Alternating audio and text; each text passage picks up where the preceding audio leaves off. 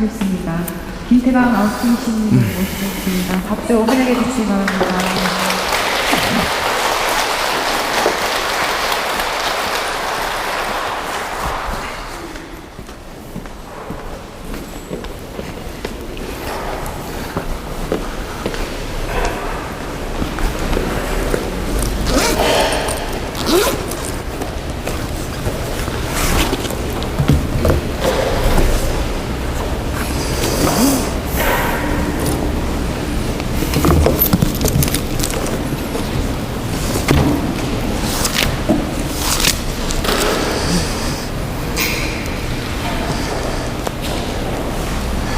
네, 오늘도 우리의 이 봉헌 묵상의 여정을 이끌어 가실 말씀을 먼저 선포하도록 하겠습니다.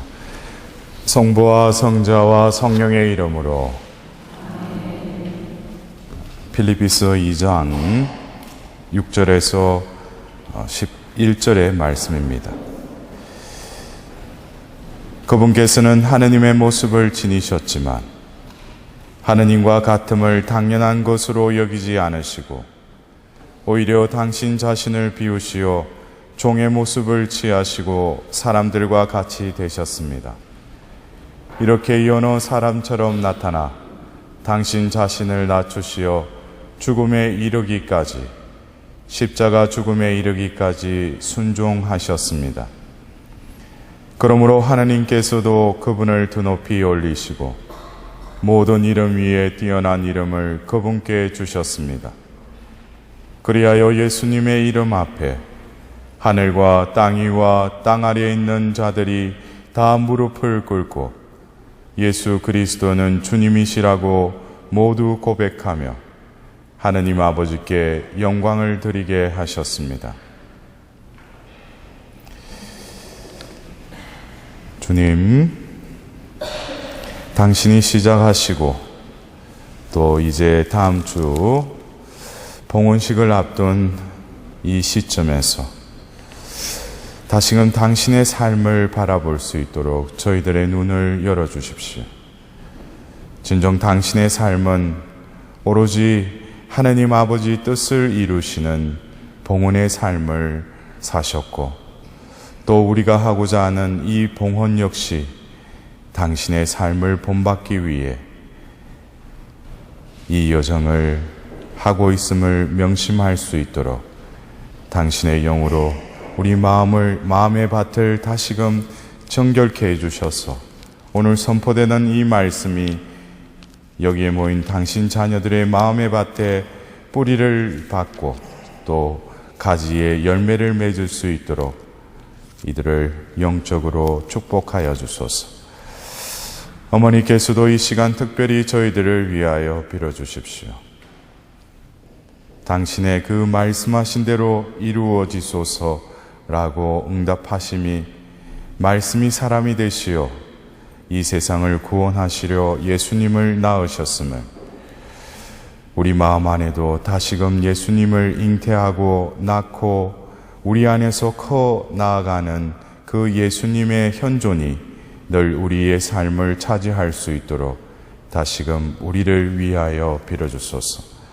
천상의 모든 군대들과 저희 각자들에게 맡겨주신 수호 천사들도 이 시간 특별히 저희들을 위하여 빌어주소서. 이 모든 기원들을 우리 주 예수 그리스도를 통하여 비나이다.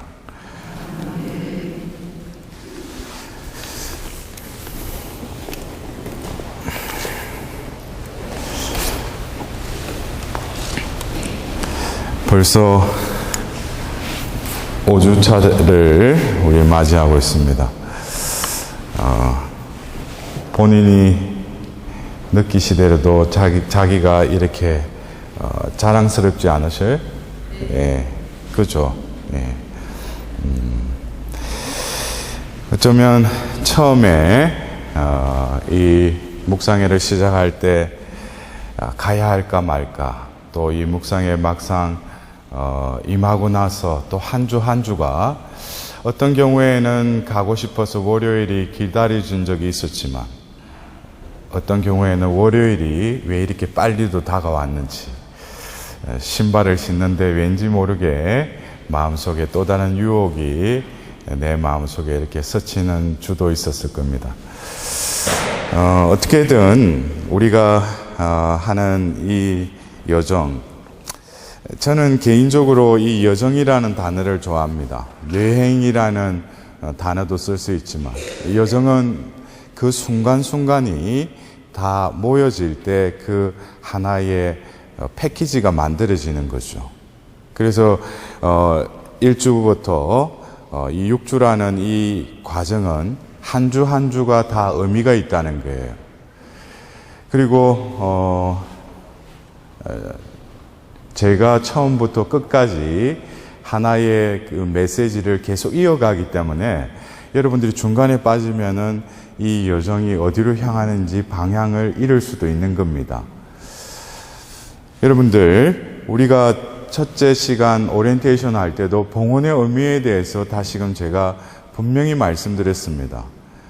우리가 그냥 의식적으로 예식으로 행하는 세례성사가 아니라 세례성사의 그 은총은 바로 옛 인간이 죽고 새 인간으로 태어나게끔 엄청난 그 성사의 은총이 우리에게 주어졌음에도 불구하고 그 이후에 매년 부활 성령 미사 때 세례 서약 갱신을 함에도 불구하고 나의 존재는 바뀌지 않았다는 거예요. 그래서 이 묵상회를 통해서 궁극적으로 우리는 세례성사에 하느님이 이루신, 이미 완성하셨지만 아직 완성되지 않은 그 중간의 지점에서 우리는 뭐예요? 이 묵상회를 통해서 다시금 이 세례의 은총을 하나님은 우리에게 갱신시켜 주실 거예요.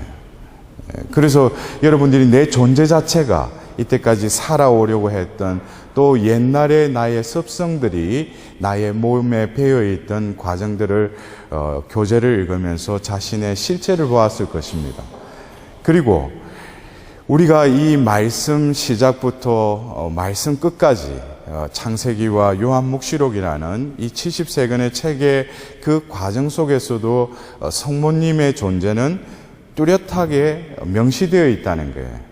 그것을 스팟을 분명히 여러분들이 인식하고 성경을 읽을 때는 예수님의 그 이야기, 그래서 우리는 역사를 히스토리라고 그러죠. 히스토리. 예, 그것은 히즈 스토리예요. 그가 누구죠? 예수님의 이야기가 바로 히스토리입니다. 그래서 여러분들 생년월일을 보세요. 예? 몇 년도, 몇 월, 며칠. 그게 누구로부터 기인된 거예요? 바로 예수님으로부터 그 날짜가 기인된 거죠. 그래서 우리는 이 세상에 태어나면서 이미 뭐예요? 예수님과 뗄래야 뗄 수 없는 관계가 맺어졌다는 거죠. 그러나 하느님께서는 바로 그 여자의 후손들로 인해서 그 창세기 3장의 원죄의 그 영적인 싸움을 그 여자의 후손들을 통해서 계속 이어나가실 것이고, 때가 되어서 그 이 악의 세력을 쳐부술 분을 보내시죠. 그분이 바로 예수 그리스도이시죠. 근데 우리가 어떤 외형적으로 성모님은 예수님을 낳았다 그러지만은 성모님의 삶, 특히 가브리엘 대천사가 예수님을 낳으리라고 알렸을 때 성모님이 결국에는 무엇으로 응답하셨어요? 주님의 종입니다. 지금 말씀하신 대로 제게 이루어지기를 바랍니다. 그랬죠. 그죠? 바로 하느님의 이 세상을 창조하시면 바로 무엇으로 이 세상을 창조하셨어요? 말씀으로 창조하셨죠. 그리고 창세기 2장에 이 동산에 있는 모든 나무 열매를 따먹되 이 동산 가운데 있는 선과 악을 알게 하는 나무 열매는 절대로 따먹지 마라 그랬어요. 그리고 창세기 3장에 따먹었죠. 그러나 그것은 외형적인 행위의 관점에서 보는 거고, 좀 더 구체적이며 본질적인 관점에서 본다면은 창세기 2장에 그 말씀을 하셨죠. 하느님이 빛이 생겨라 하자 이 세상이 창조가 되었잖아요. 근데 창세기 2장에 그 선과 악을 알게 하는 나무 열매를 따먹지 말라. 이거는 바로 뭐예요? 하느님의 그 말씀이라는 거죠. 그래서 창세기 3장에 원죄를 지었다 하는 것은 더 근원적으로 보면은 하나님의 말씀을 거슬렀다는 거예요. 어겼다는 거죠. 그래서 우리가 죄를 짓는다는 것은 결국 뭡니까?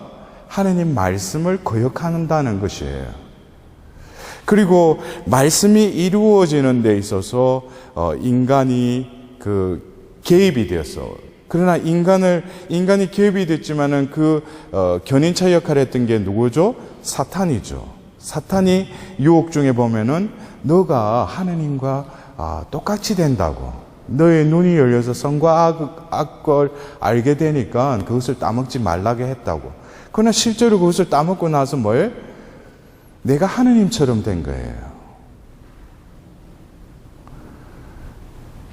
결국 이 죄를 지음으로 인해서 여러 가지 수치심을 느껴서 가르기도 하고 거짓말도 하고 핑계를 대지만은 그것은 부스러기예요. 중요한 것은 죄의 그 흔적은 뭡니까? 하느님이 나를 창조하셨음에도 불구하고 하느님 말씀에 순종할 수 있도록 나의 존재를 그렇게 지음을 하셨는데 내 존재가 바뀌어버렸다는 거예요. 어떻게? 나 중심적으로 모든 것을 해결하려고 한다는 거죠. 이것이 근원적으로 죄를 지은 그 흔적이라는 거죠. 그러나 이 구약의 이 역사 속에서 끊임없이 하나님은 자비를 베푸셔서 그들과 계약을 맺으셨건만 그들은 뭐예요? 하나님을 공경하고 하나님이 맺으신 그 계약을 지킬 힘이 없었다는 거예요. 왜냐하니까 나 중심적이었기 때문에. 비근한 예로 보면은 이제 하나님이 모세를 통해서 광야의 생활을 마감하면서 여호수아에게 바톤을 넘기죠. 그래서 여호수아가 가나안 땅에 들어가서 10부족의 땅을 다 분배를 합니다. 결국 여호수아 마지막 장에 보면은 스켐에서 집회를 열면서 나와 우리 집안은 주님을 섬기겠다고 그랬어요. 그래서 너희들도 그렇게 하겠느냐 하자 어떻게 해요? 이스라엘 백성들이 우리도 주님을 섬기겠다고 그래요. 말은 잘하죠. 누구누구처럼 말은 잘해요. 예? 그러나 뭐예요? 바로 한 장을 넘기면은 판관기가 시작되면서 뭐예요? 오합지졸이 돼요.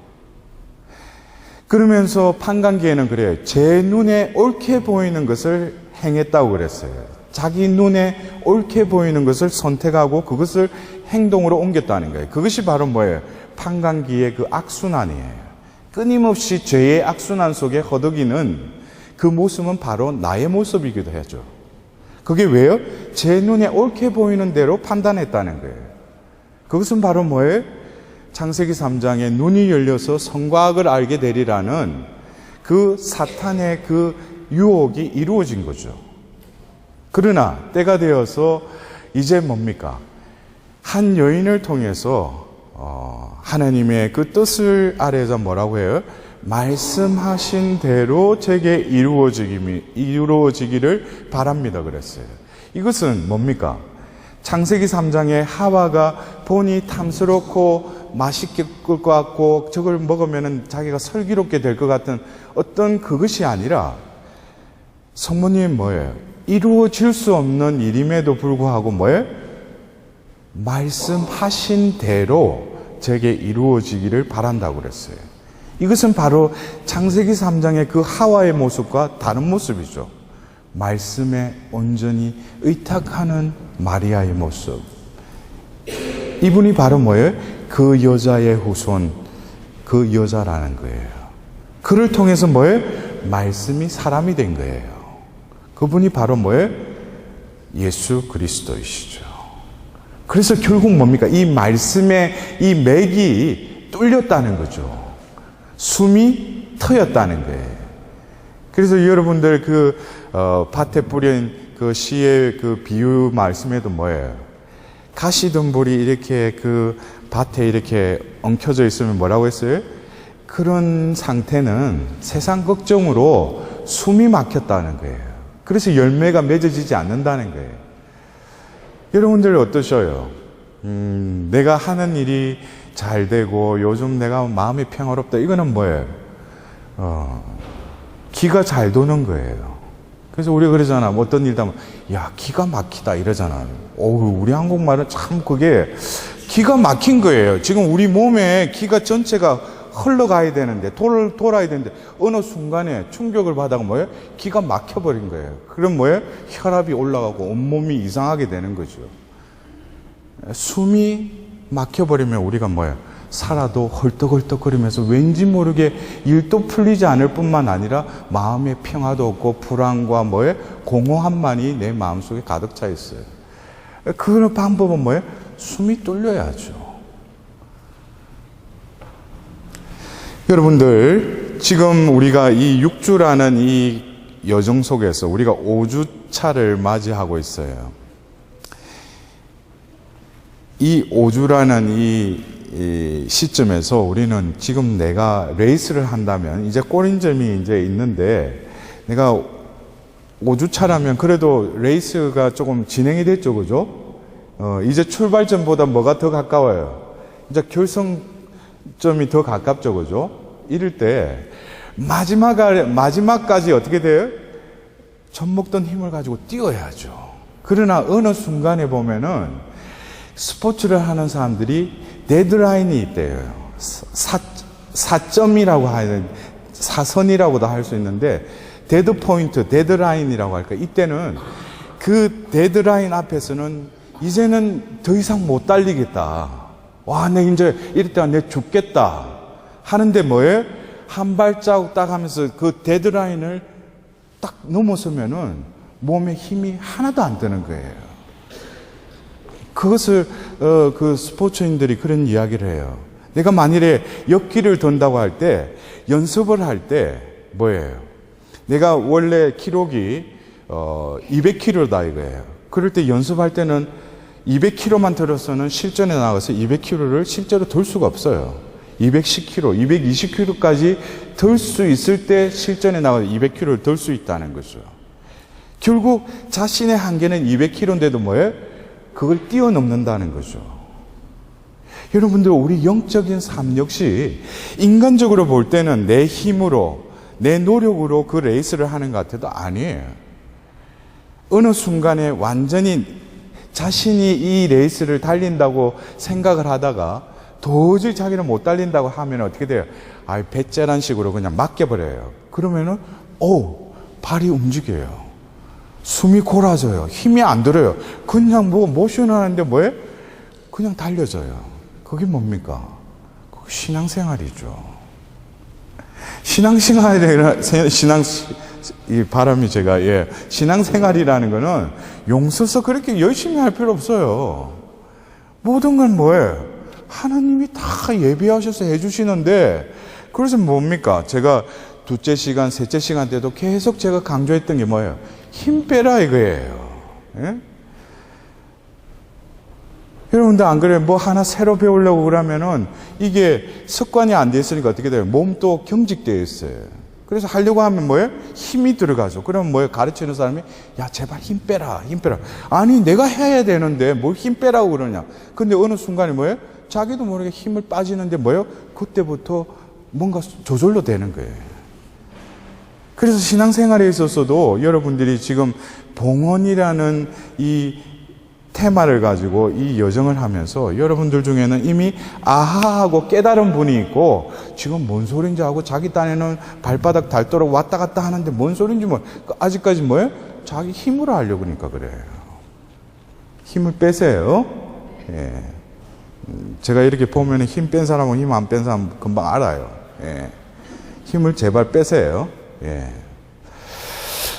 오늘 이 시간에는 여러분들 보세요. 말씀에 순종했던 그 마리아를 통해서 말씀이 사람이 되셨어요.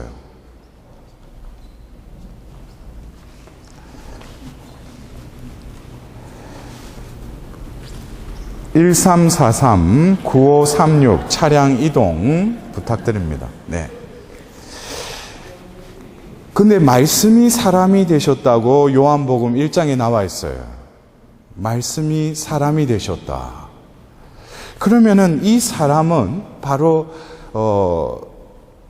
자신의 삶을 통해서 무엇을 보여주려고 하는가? 결국 이 인류의 죄의 역사는 말씀으로 창조된 이 세상이 바로 하느님 나라죠. 그러나 이 말씀을 거역하고 불순종했다는 거예요. 그러나 이 말씀이 사람이 된 이 사람은 말씀을 이루기 위해서, 말씀에 순종하기 위해서 이분은 이 세상에 오셨다는 거예요. 근데 이 말씀을 이루는 데는 분명한 어떤 세 가지 스텝을 거쳐야 돼요. 첫 번째는 이 말씀이 사람이 되신 이 분, 우리는 구세주, 주님이라고 고백하는 그분은 바로 이 세상에 오신 것은 자신의 뜻으로 온 게 아니라는 거죠. 나는 뭐에? 파견을 받았다는 거예요. 이 파견의 의미는 여러분들 나라는 존재가 이 생을 살아감에 있어서 이 파견의 의미를 깨닫지 못하면은 사명도 깨닫지 못해요. 내가 이 세상에 그냥 저절로 태어났다. 근데 살다 보니까 누구를 만나게 되고 또 어떤 시점이 되어서 어떤 일들이 벌어진다는 거예요. 그럴 때 내가 이 삶을 살겠다고 하면은 뭐예요? 내가 해결하려고 하니까 뭐예요? 용서다 보니까 자기가 넉다운이 되죠. 그러나 자신의 삶을 한번 반추해서 바라보면은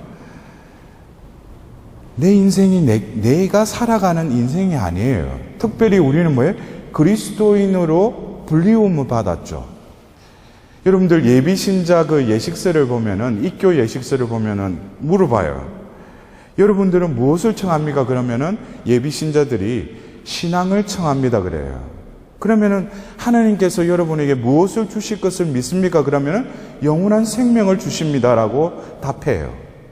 이것이 우리가 신앙을 가지는 목적이에요. 우리는 신앙을 갖기를 원해요. 그러면 신앙을 가지면은 하나님이 우리에게 무엇을 주신다고요? 영원한 생명을 주신다고요. 그래서 우리는 예수님께서 자신이 이 세상에 오신 것에 대해서 너무나 잘 아는, 여러분들 성경의 전체의 말씀을 한 기절로 요약하라고 할 때 인용하는 기절 중에 하나가 요한복음 3장 16절의 말씀이죠. 그래서 하나님께서는 세상을 너무나 사랑하신 나머지 외아들을 내주시어 그를 믿는 사람은 누구나 멸망하지 않고 영원한 생명을 얻게 하셨습니다. 하나님께서 아들을 세상에 보내신 것은 세상을 심판하시려는 것이 아니라 세상이 아들을 통하여 구원을 받게 하시려는 것이다 라고 이야기하고 있어요. 예수님이 니코데모에게 하는 말씀이시지만은 이 말씀 속에는 누가 주어에 있어요? 하나님 아버지께서 이 세상을 극진히 사랑하셔서 당신의 외아들을 보내셨다는 거예요. 그리고 그 아들을 보내신 것은 뭐예요? 이 세상을 멸망시키고 심판하려고 하는 것이 아니라 구원하기 위해서이다. 이것은 누구의 뜻이에요? 아버지의 뜻이죠. 그래서 예수님은 늘 자신이 어디로부터 왔는지에 대해서 분명히 알고 계셨어요. 여러분들, 내가 기원이 어디로부터 왔는지 또 어디로 향하는지, 이게 뭐예요? 인생을 지혜롭게 사는 거죠. 사람아, 땅에서 났으니 먼지에서 났으니 먼지로 돌아갈 것을 기억하십시오 하면서 죄를 바랐죠. 우리가 어디로부터 왔는가? 먼지로부터. 그럼 우리는 강물질인가? 아니죠. 먼지임에도 불구하고 당신의 숨을 불어넣어서 생명체가 된 게 나라는 존재예요. 그리고 예수님이 뭐예요? 요한복음 14장에 보면 나는 너희들이 머무를 곳을 마련하러 나는 간다 그랬어요. 예수님은 어디로부터 와서 어디로 갈 건지를 분명히 알고 계셨어요. 이런 서큘레이션, 순환의 과정 속에서 예수님은 이 생을 살아감에 있어서 먼저 뭡니까? 나를 파견하신 분. 나는 이 세상에 어떻게 파견되었다는 거예요. 이거는 수동태죠. 파견되어졌다는 거죠. 여러분들도 그래요? 내가 이 세상에 태어났다. 어우, 대단하죠. 자기가 태어났대. 태어나게 된 거지. 예? 그리고 내가 이 세상을, 내 생을 산다. 그것도 잘 생각해 봐야 돼요. 내가 어떻게 이 생을 살 수가 있어요? 내가 이 세상에 태어나게 되었는데 이 생을 사는 것도 내가 사는 게 아니라 살게 되는 거죠. 예? 제가 무슨 말장난 하자는 게 아니에요. 여러분 잘 생각해 보세요. 내가 오늘 이 자리에 그냥 앉고 싶다 해서 앉을 수가 없어요. 모든 것이 뭡니까? 어떤 섭리에 의해서, 이끄심에 의해서 움직인다는 걸 빨리 깨달으면 뭐예요? 삶이 편해져요. 힘이 들 필요가 없는데, 예? 어떤 분들은 눈을 이렇게, 저 말이 무슨 말이지? 예.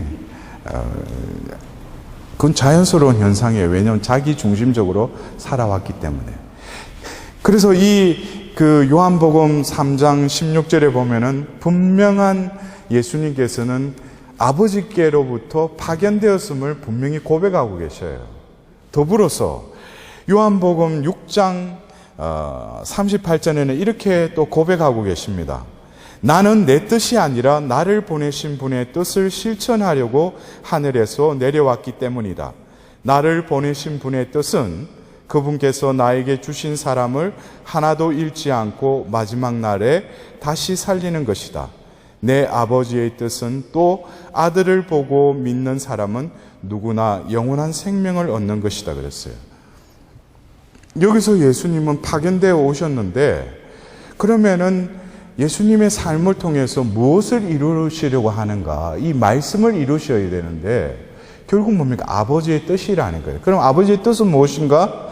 아까 제가 인용했던 요한복음 3장 16절에 아버지께서 왜 이 아들을 보내셨는가? 그를 믿는 사람이 영원한 생명을 얻게 하시기 위해서 파견하셨죠. 그런데 예수님 입장에서 보면 그 아버지의 뜻을 분명히 자각하고 있어야 돼요. 내가 이 세상에 태어나졌다 그러는데 내가 그러면 이 생은 내가 사는 게 아니라 사라진다고 했는데 왜 사는지, 그분의 뜻이 무엇인지. 예수님은 하느님 아버지께서 이 세상에 당신을 보내신 것은 그를 믿는 자들에게 영원한 생명을 주기 위해서 보내셨다고 그랬죠. 근데 본인은 뭐예요? 아버지의 뜻은 한 사람도 잃지 않고 다 구원하면서 아버지의 뜻은 뭐라는가? 영원한 생명을 그들에게 주겠다는 거죠. 그러니까 뭐예요? 보내주신 분과 파견받은 자의 그 숨이 뭐예요? 뚫렸다는 거예요. 분명히 그것을 자각하고 계셨다는 거죠. 그리고 예수님의 그 마지막 순간, 부활하기 전 죽음을 맞이하셨던 예수님의 그 이 생에서의 마지막 순간을 보면 루카복음 22장 그 39절부터 겟셋만에서 기도하시는 예수님의 모습이 나와요. 근데 뭐예요? 예수님이 피땀을 흘리면서 기도하셨다고 그랬어요. 여러분들 어떤 경우에는 우리가 예수님 하면은 너무 비상적으로 예수님은 하느님의 아들이시지. 그러나 예수님은 인간이셨어요. 신이시면서 인간이셨다는 거예요. 그래서 예수님이 순환을 앞두고 겟셋마니 동산에서 고뇌하며 기도할 때 뭐가 흘렀다고 그랬어요? 피땀이 흘렀다고 그랬어요. 피땀이. 여러분들 중에 피땀을 흘리신 분 계세요? 피땀. 예? 피땀 흘려보신 분 계셔요? 근데 여러분들 애 놓을 때도 고통스럽잖아요. 근데도 피땀이 흘러요? 피땀까지는 안 흘리지. 그러나 실제로 의학적으로 보면은 피땀이 흐른대요. 그 존재가 극도의 공포심에 휩싸일 때 모세혈관이 터져서 그 모세혈관을 통해서 피가 함께 나온대요. 우리는 그냥 예수님이 피땀 흘리면서 기도하셨다. 예수님 존재는 극도의 두려움과 공포 속에 휩싸였다는 거예요. 그렇게 기도하면서 뭐라고 기도해요? 얼마나 고통스러웠으면은 아버지께서 원하시면 이 잔을 저에게서 거두어 주십시오 그랬어요. 예수님은 아버지의 뜻을 이루려고 이 세상에 오셨는데도, 하느님의 아들이셨는데도 뭐예요? 너무나 고통스러웠던 거예요. 근데 이윽고 뭐라고 해? 그러나 제 뜻이 아니라 아버지의 뜻이 이루어지게 하십시오 그랬어요.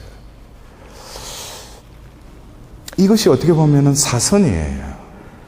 자기 힘으로는 도저히 넘을 수 없는 그 선. 그것을 그냥 이 순간에 주님 이것을 이 잔을 거두어 주십시오 하면 그 사람 뭐예요? 다시 컴백해요. 언젠가는 그 선을 넘어야 돼요. 그 선이 뭡니까? 영원한 생명을 얻기 위해서 넘어야 될 선이죠. 그래서 우리 신자들 중에도 보면은 신자들이 변화된 사람들이 있어요. 뭔가가 바뀐 사람이 있어요. 그들의 공통적인 게 뭐예요? 자신이 의도하지 않던 이 사선을 넘어버린 거예요. 그러면 그 사람이 뭐예요? 변화가 일어나요. 바뀌어버려요. 여러분들 중에 자기 딴에는 용을 쓰고 이것저것 프로그램 피정이다가 쫓아다니는데 자신의 변화가 없어요. 그거 왜 그래? 사선의 앞에 가면은 뛰어내릴까 말까 하다가 또 뒷걸음치고 다시 물러나와요. 그러니까 변화가 안 되는 거예요. 내가 변화되는 게 아니라, 내가 배워서 내가 변화되는 게 아니라 하느님은 그냥 거기서 뛰어내려라 이거예요. 무리를 걸으라 할 때도 뭐예요? 예수님이 베드로에 걸어오라 할 때 그 처음에는 그 말씀만을 바라봤어요. 그래서 발을 내디디니까 뭐예요? 걸어줬어요. 근데 뭐예요? 눈을 파도로 봤어요. 그래서 어떻게? 빠지기 시작했어요. 말씀이 이루어지리라고 그걸 믿으면은 그대로 이루어지는 거죠. 그게 뭐예요? 기적이 일어나는 거죠. 예수님의 삶은 보내신 분이 있고 자신은 파견된 자로서 그 뜻을 이룬다는 거예요. 그것이 그분의 삶이었다는 거죠. 그래서 예수님이 돌아가실 때 예수님이 뭐라고 하셔요? 여러분들, 예수님이 숨을 거두시기 직전에 뭐라고 하십니까? 다시 이루었다. 이루었다 그러면은 내가 이룬 거죠. 예? 근데 요한복음 19장 30절에 뭐냐면 예수님께서는 신포도주를 드신 다음에 말씀하셨다. 다 이루어졌다. 이어서 고개를 숙이시며 숨을 거두셨다 그랬어요. 이루어졌다 그랬어요. 내가 이루었다 그러면 주체가 뭐예요? 내가 이룬 거죠. 여러분들 이게 그냥 한 말 다 이루어졌다. 여러분들 어떠셔요? 내가 진정 숨을 거둘 때 다 이루어졌다라고 말씀하시게요? 아니면은 내 딴에는 열심히 살려고 했는데 못했구나 하면서 후회하면서 숨을 거두시겠어요? 이루어졌다 그래야죠. 아무리 내가 권력과 명예와 재물을 아무리 가져도 하나님이 숨을 거두고 가시면 거기서 끝이에요.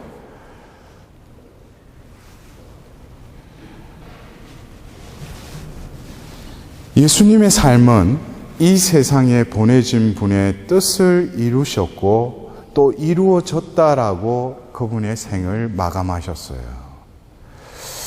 예수님의 이 파견되신 예수님의 삶을 통해서 사명을 깨닫고 이 사명을 이루시는 그 삶, 그리고 수행을 하셨죠. 그래서 파견과 사명과 수행, 이 세 가지 스텝을 내가 깨닫는 것이 내게 주어진 삶의 과정이라는 거예요. 나는 파견되었다는 거죠. 나에게는 틀림없이 생명을 주신 분의 사명이 있다는 거예요. 그리고 이 사명은 수행되어진다는 거죠. 여러분들은 어떠십니까? 왜 내가 어떻게 하다 보니까 우리 이 잠원성당에서 무슨 봉헌식이 있다 해가지고 기웃기웃하다가 이 자리에 앉아 있는데 내가 왜 봉헌하려고 하는가? 여러분들 보셔요. 제가 오리엔테이션 때도 말씀드렸고 둘째 시간에도 말씀드렸지만 지금 여러분들은 별의별 방법을 많이 써봤어요. 그래서 어떤 때는 은총도 받고 눈물도 흘리고 이제 잘 살아보겠다고 했는데 그게 약발이 얼마 안 갔잖아요. 그래서 근원적으로 이제는 뭐예요? 그의 도구인 저를 통해서 여러분들을 수술하겠다는 거예요. 그래서 제가 하는 그런 뭐예요? 이제 와가지고 진찰하고 애가 검사까지 해가지고 검사 결과가 나왔어. 그래서 이 수술 받아야 된다. 그러면 어떻게 된다고 했어요? 수술 받아야지. 지금 여러분들이 이 레이스를 통해서 하느님은 나름대로 여러분 각자에게 마음을 움직이셔요. 그래서 지금은 어디까지 왔는가? 이제 수술 날짜가 돼가지고 뭐예요? 병원까지 가야지. 그리고 뭐예요? 금식하고 내일이면은 뭐예요? 이제 수술이 시작돼요. 그래서 지금 이 5번째 시간은 이제 다음 주에 봉헌을 이제 앞두고 있잖아요. 그거는 이제 수술을 할 거예요, 여러분들. 그래서 지금 뭐예요? 동의서를 이제 써야죠. 동의서를 어떻게 써요? 이걸 하면서 무슨 일이 있더라도 책임을 묻지 않겠다. 응? 여러분들 잘 생각하셔요. 예, 무슨 일이 일어나도 책임을 지지 않겠다. 이게 여러분들 무슨 일이 일어나요? 예? 내가 바뀐다고요. 그러나 내가 하는 거는 뭐냐? 그냥 동의서에 하고 가서 그냥 해가지고 수술실 가서 누웠는데 보면은 마취제 주사를 놓쳐보면 하나 둘 하면 그냥 코라 떨어지는 거예요. 그 이후에는 나도 몰라요. 그러나 그 과정은 뭡니까? 바로 예수님이 걸어가셨던 그 길, 십자가의 길, 죽음을 향해서 나아간 길. 그래서 예수님이 영원한 생명을 얻기 위해서는 자기를 버려라, 매일의 제 십자가를 지고 가라. 이게 무슨 복음이냐? 매번 하는 말이 자기를 버리래. 내를 버리면 이 세상을 누가 사냐? 조금만 헛군데 마음 쓰면은 코백하는 세상에 뭘 내가 자기를 버리라고 하고 목숨을 구하려는 사람 목숨을 잃을 것이래. 근데 그 목숨이라는 단어가 우리 한국어로는 그냥 목숨 하니까 이게 뭐 똑같은 말을 어떤 경우에는 버리는 사람은 또 목숨을 얻을 것이다. 이게 뭔가? 원래 그리스 히라보에는 이 목숨이라는 이 한국 단어를 두 가지 단어로 써요. 또 뭐냐면 사르크스라는 단어와 조에라는 단어로 써요. 목숨을 버리는 사람, 이거는 뭐예요? 사르크스를 의미하는 거예요. 부질없는 썩어가는 이 유한한 이 생명. 그리고 뒤에 말하는 건 조에를 말해요. 영원한 생명을 말하고 있어요. 그래서 벌이라는 것이 하나님이 우리를 고문하고 보면은 무슨 유격 훈련을 시키기 위해서 벌이라는 게 아니라, 그러면은 뭐예요? 너희들이 편하다는 거예요. 우리가 예수님이 뭐라고 하셨어요? 너희들 머리카락 하나도 내가 다 세고 있다 그랬어요. 여러분들 그 말씀 믿으셔요? 에이, 무슨 머리카락. 근데 나 요즘 머리만 감으면은 머리가 뭉쿵 빠지는데 매번 그거를 어떻게 머리카락 숫자를 세고 계신가? 여러분들, 자기 한도 내에서 하느님을 가늠하지 마셔요. 하느님은 빛이 생겨라 하자 이 세상이 창조돼 버린 거예요. 그래서 과학자들이 무슨 빅뱅이 열린다. 자기들이 보니까 뭔가 에너지가 있었던 거예요. 이 세상이 창조되는데. 우리는 하나님의 그 능력을 어떤 면에서 간장종지처럼 제한시켜 놔요. 그러나 성모님은 어떻게 했어요? 지금 말씀하신 대로 제게 이루어지기를 바랍니다 그랬어요. 왜 우리가 성모님을 통해서 예수님께로 나아가는가? 그것은 제가 그 여자의 후손에 대해서 지난 시간에 말씀드렸잖아요. 그러나 성모님은 바로 그 말씀이 나에게 이루어지기를 바랐고 그 말씀을 잉태하셨고 그 말씀을 낳아주셨어요. 그러나 그 말씀이 나가서 끝난 게 아니죠. 그 말씀은 잉태됐어요. 잉태될 때 뭐예요? 성령이 그를 완전히 휘감았다고 그랬어요.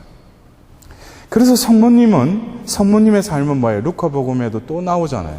이 모든 일을 마음에 간직하셨다 그랬어요. 뭘 간직했어요?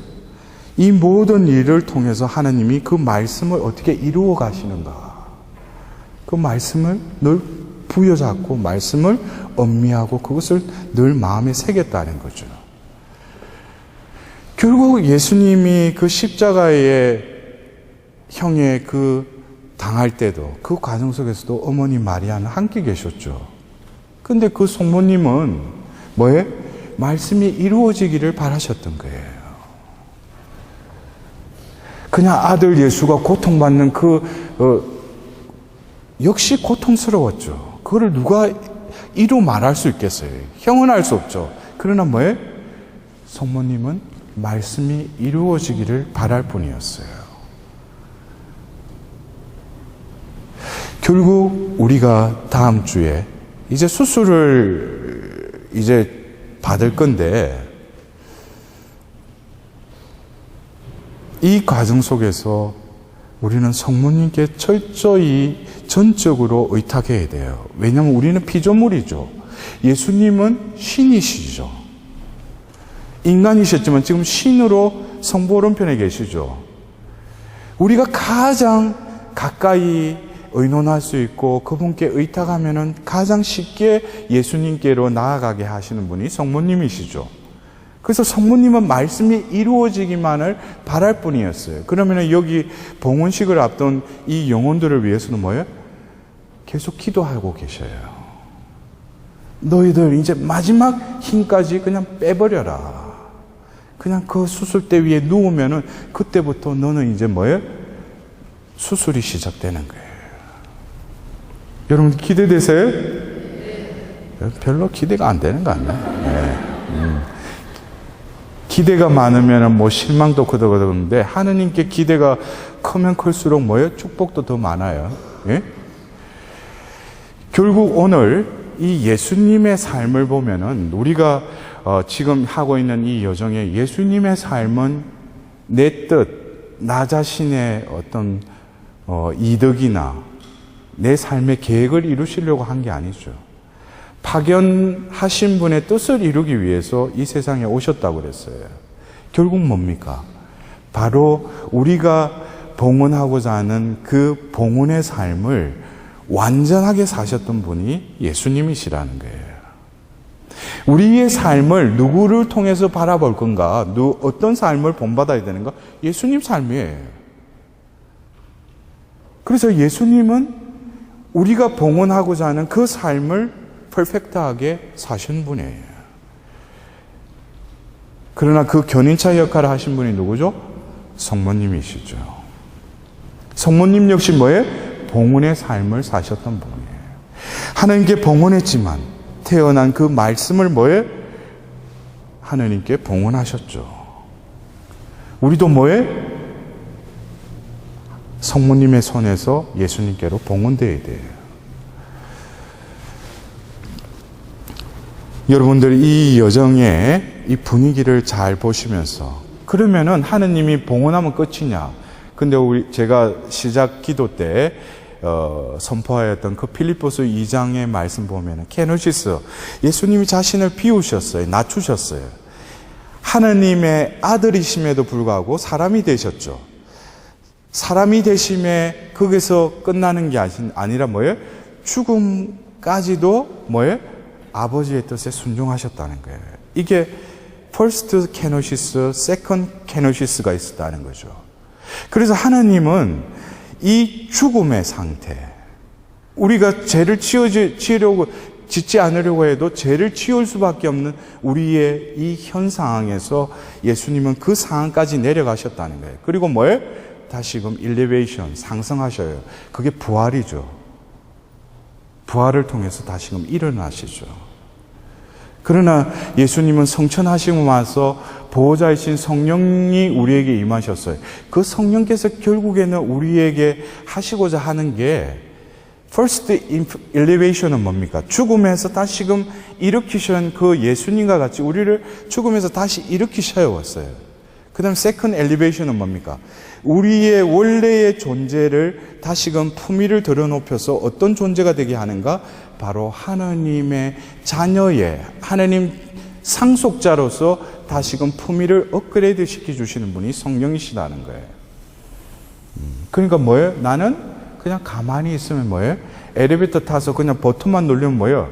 가만히 있어도 뭐예요? 올라가잖아. 에스컬레이터 타가지고 뛰가는 사람 뭐예요? 안 되지. 또 올라가는데 밑에서 내려오면 얼마나 힘이 들어요. 올라오는데 내려가려고 그래 봐.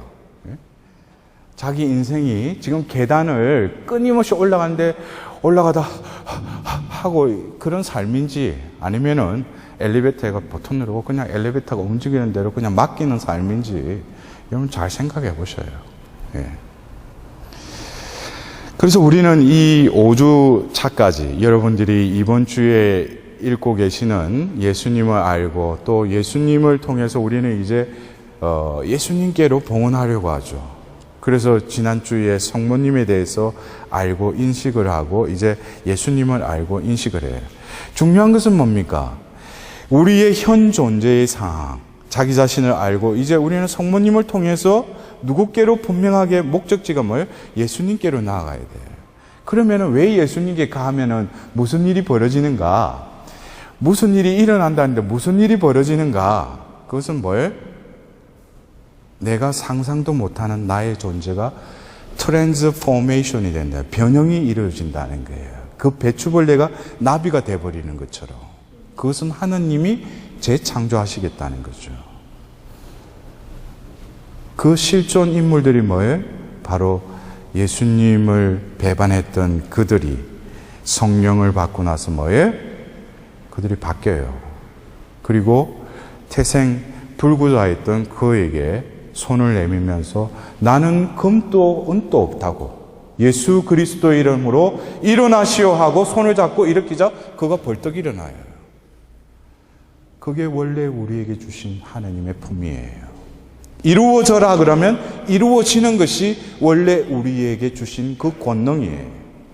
여러분들 삶은 어떻습니까? 급급해서 힘들어서 허덕이면서 이 생을 살고 있습니까? 다음 주까지 여러분들 준비하시라는 게 아니라 비우시기 바랍니다. 그리고 수술대 위에 누울 채비를 하시고 이제 단디 마음을 먹고 다음 주에 오도록 하십시오. 네.